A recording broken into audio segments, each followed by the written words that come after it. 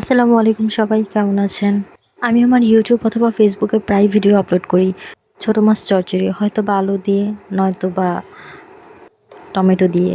আসলে ছোট মাছ আমাদের ফ্যামিলির প্রত্যেকটা মেম্বার পছন্দ করে। আজকে তাড়াতাড়ি রান্না করতে চলে আসছি।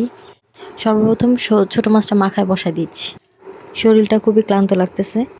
ভাবছি তাড়াতাড়ি সব কিছু রেডি করে ইফতারি নিয়ে বসে পড়বো। দেন ইফতারির সময় হয়ে গেলে ইনশাল্লাহ তখন ইফতারি করব। ছোট মাছ মাখানোর জন্য সব কিছু নিয়ে নিয়েছি। এখন সুন্দর করে মাখায় দিয়ে দিব।